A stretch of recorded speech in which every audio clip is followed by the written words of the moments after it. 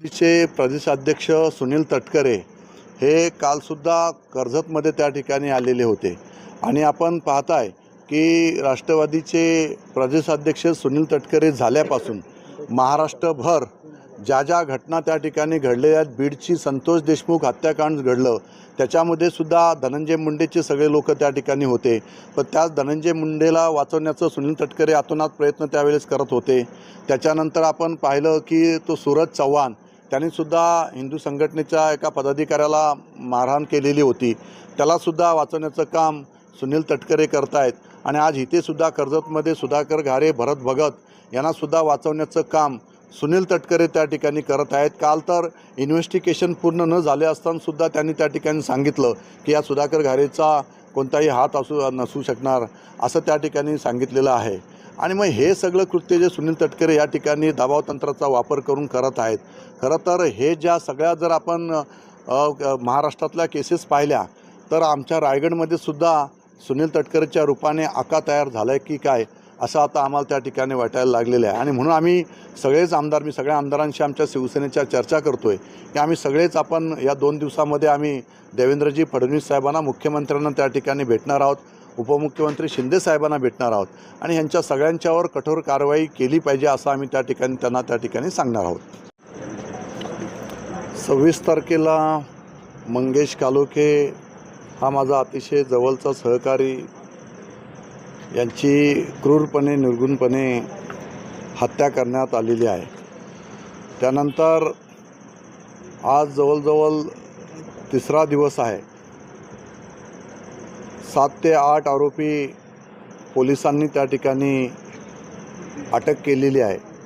CCTVमध्ये मारणाऱ्यापैकी 3 आरोपी त्या ठिकाणी अरेस्ट करण्यात आलेले आहेत.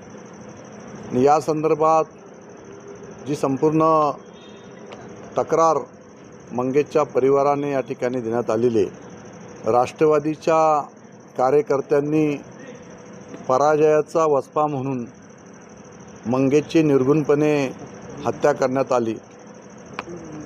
रवी देवकर, त्याची मुले आणि तिथले काही मुलांना बरोबर घेऊन सुधाकर घारे, भरत भगत यांनी हा प्लान करून मंगेशची निर्गुणपणे हत्या करण्यात त्या ठिकाणी आलेली आहे. आज 6 का 7 आरोपी, 8 आरोपी जवळजवळ कोर्टामध्ये हजर केलेले आहेत. 5 जानेवारीपर्यंत त्यांना पोलीस कस्टडी त्या ठिकाणी घेण्यात आलेली आहे. परंतु जे ह्यातले मुख्य आरोपी आहेत हे अजून फरार आहेत. त्यांचं प्लॅनिंगमध्ये त्या ठिकाणी त्यांनी केलेलं आहे. आणि म्हणून आम्ही आज सगळे आता साईबाबा नगरला आम्ही सगळे त्या ठिकाणी चाललेलो आहोत. त्यानंतर उद्या सायंकाळी 5 वाजता आम्ही साईबाबा नगर ते खोपोली पोलीस स्टेशनपर्यंत मंगेशची क्रूरपणे निर्गुण जी हत्या केलेली आहे त्याच्या निषेधार्थ त्या ठिकाणी आम्ही पोलीस स्टेशनपर्यंत आम्ही कॅन्डल मार्च त्या ठिकाणी काढणार आहोत. संपूर्ण खोपोली शहरातील असणाऱ्या सर्व सामाजिक संघटनांनासुद्धा मी आव्हान करतो की खोपोली शहर हे सुसंस्कृत शहर आहे. या शहरामध्ये अशा पद्धतीचं कृत्य हे खपून घेतलं जात नाही आणि ही जी प्रवृत्ती आहे ही ठेचून काढली पाहिजे. आणि म्हणून कायदेशीर मार्गाने आपल्याला ही लढाई त्या ठिकाणी लढायची आहे. आणि म्हणून मंगेशच्या परिवाराला न्याय देण्यासाठी संपूर्ण खोपोली शहरातील जनतेला मी आव्हान या माध्यमातून, मीडियाच्या माध्यमातून करतो आहे की आपणसुद्धा त्या कॅन्डल मार्चमध्ये मोठ्या संख्येने सहभागी व्हावे, जेणेकरून मंगेशची जे क्रूरपणे हत्या केलेली आहे या हत्याकऱ्यांना फाशीची शिक्षा त्या ठिकाणी झाली पाहिजे. आणि जे आरोपी आत्तापर्यंत अटक केलेले नाही त्यांनासुद्धा तात्काळ त्या ठिकाणी अटक झाली पाहिजे. राष्ट्रवादीच्या वरिष्ठ नेत्यांकडून पोलिसांवर त्या संदर्भात दबावतंत्राचा वापर सुरू केलेला आहे की त्यांना अटक करू नये, त्यांना त्यातनं निर्दोष त्या ठिकाणी बाहेर काढावं, अशा पद्धतीचा पोलिसांवर त्या ठिकाणी दबाव टाकला जात आहे. परंतु काल शिंदेसाहेबसुद्धा खोपोलीमध्ये मंगेशच्या परिवारांना त्या ठिकाणी भेटण्यासाठी आले. त्यांनासुद्धा धीर देण्याचं काम शिंदेसाहेबांनी केलं आहे.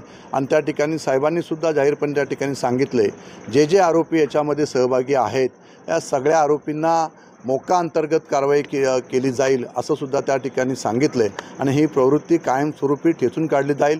फास्ट ट्रॅकवर ही केस चालवली जाईल असं सुद्धा सांगितले. स्पेशल पी आपण त्या ठिकाणी नेमण्यासाठी आम्ही त्या ठिकाणी सांगितलेलं आहे आणि या माध्यमातून लवकरात लवकर हे सर्व आरोपी अरेस्ट झाले पाहिजेत. उद्या आम्ही कॅन्डल मार्च करत असताना त्या ठिकाणी आरोपी उद्यापर्यंत अरेस्ट झाली नाही तर मात्र परवापासून आम्ही सगळेजण त्या ठिकाणी खोपोली पोलीस स्टेशनला त्या ठिकाणी ठिय्या आंदोलन करून त्या ठिकाणी उपोषण करू. जोपर्यंत मंगेशच्या सर्व आरोपींना अटक केली जात नाही तोपर्यंत आम्ही तिथनं हलणार नाही आणि जोपर्यंत ह्या आरोपींना फाशीची शिक्षा होत नाही तोपर्यंत आम्ही त्या ठिकाणी ठामपणे मंगेशच्या परिवाराबरोबर ठामपणे आम्ही त्यांच्याबरोबर शिवसैनिक म्हणून उभे राहू. साहेब तुम्ही आता की ज्या पद्धतीने काल क्रूरपणे मंगेशची हत्या झालेली आहे, पदाधिकाऱ्यांना धीर देण्याचं काम आम्ही शिवसैनिक म्हणून त्या ठिकाणी एकत्रपणे आलो पाहिजे.